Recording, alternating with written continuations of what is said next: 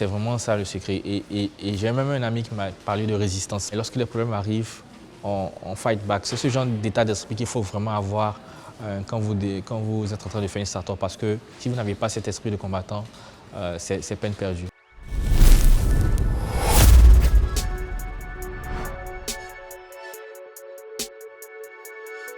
Installé au cœur de la capitale ivoirienne, Jamo réinvente la banque.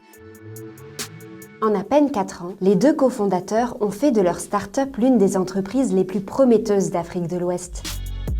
À l'origine, un concept simple. Et l'idée, c'est vraiment de centraliser en fait tous ces paiements à travers Jamo et que ça devienne un peu un hub de paiement pour sa vie de tous les jours. La cible ? Les jeunes, principalement, mais pas uniquement.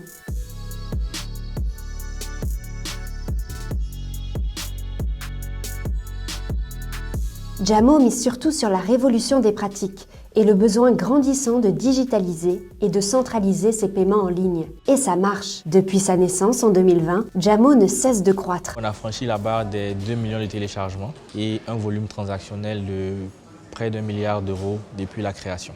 Nous sommes aujourd'hui autour de 200 employés. C'est une transition qui nous a donné une composition un peu hybride. En Côte d'Ivoire, on a à peu près 140 employés et à l'extérieur, une bonne cinquantaine d'employés, notamment à Dakar et le reste reparti dans le monde. I'm actually comparing your banking app to a Netflix. App to me, apps are apps.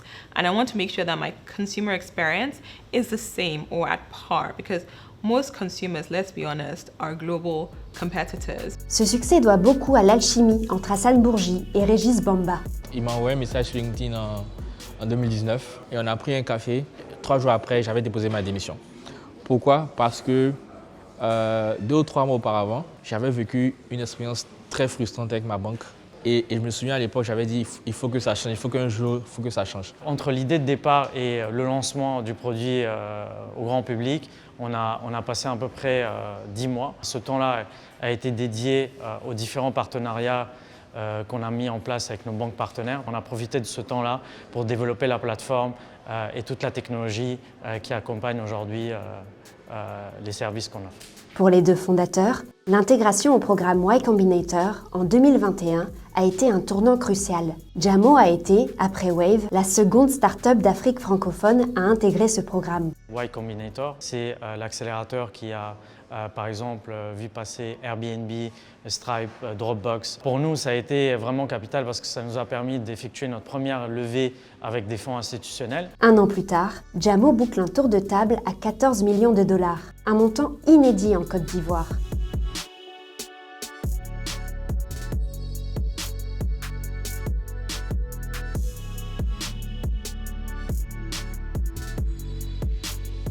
On a eu l'avantage vraiment de pouvoir choisir nos investisseurs. Tout le monde n'a pas ce luxe-là. On a choisi les investisseurs en fonction de, on appelle ça le fit, l'alignement en fait avec nos valeurs, avec notre vision. Il faut toujours choisir des fonds qui sont capables de pouvoir réinjecter par exemple du cash si les choses vont mal, qui vont croire jusqu'au bout dans la vision. Grâce à cette levée de fonds, Jamo a pu passer à la vitesse supérieure.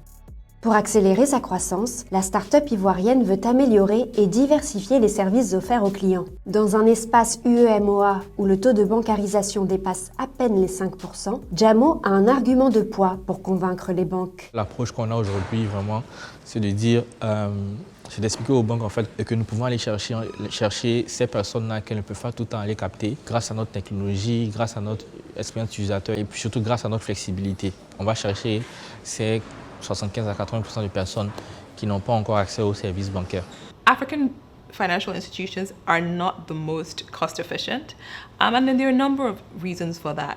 But a lot of fintechs, because they don't have the legacy issues, such as legacy software and IT infrastructure, are able to deliver financial services at a lower cost than traditional institutions have. You've seen an expansion over the last 3-4 years of the number of people who are included because of product innovation, because of cost differentiation, and because of tailored value propositions to that segment of the pyramid. Multiplier les partenariats, élargir la base de clients, mais aussi partir à la conquête de nouveaux marchés. Pour l'heure, Jamo se concentre sur la Côte d'Ivoire et le Sénégal, mais voit déjà plus loin. Le mot-clé ici, c'est croissance. C'est comment aller vraiment vite, pas seulement en termes de nombre d'utilisateurs, mais surtout en termes de rentabilité, de création de valeur. Et récemment, on a lancé aussi une option d'investissement. La prochaine étape, ça va être pour la nouvelle génération de services financiers que Jamo offre, qui vont être plus orientés sur la gestion de la finance personnelle. Banking being a customer-facing industry has to constantly reinvent and renew itself in order to meet the changing needs of the consumers. Banks and financial services institutions are also trying to do more than just banking. They are integrating themselves into sort of our everyday lifestyle. Fintechs have helped increase the pace of innovation in financial services. Et à celles et ceux qui voudraient se lancer, les cofondateurs de Jamo ont un autre conseil. Il faut rester autant que possible le plus proche possible de ses clients et maintenir vraiment cette connexion. Et donc ça implique quoi? Ça implique qu'il faut tout le temps en train de parler à ses clients, comprendre leurs problèmes, les interroger et comprendre comment améliorer ce produit-là pour toujours leur donner plus de valeur. I think there is significant growth potential in financial services in Africa. When I look at the numbers, I think Africa's GDP probably grew around 3 or 4% over the last 3-4 years. Financial services grew about 9 or 10%. The playing field is significantly large, it's immense. And whether it's a bank, a fintech, a telco, it doesn't matter. Somebody has to serve those customers and produce and give them the products.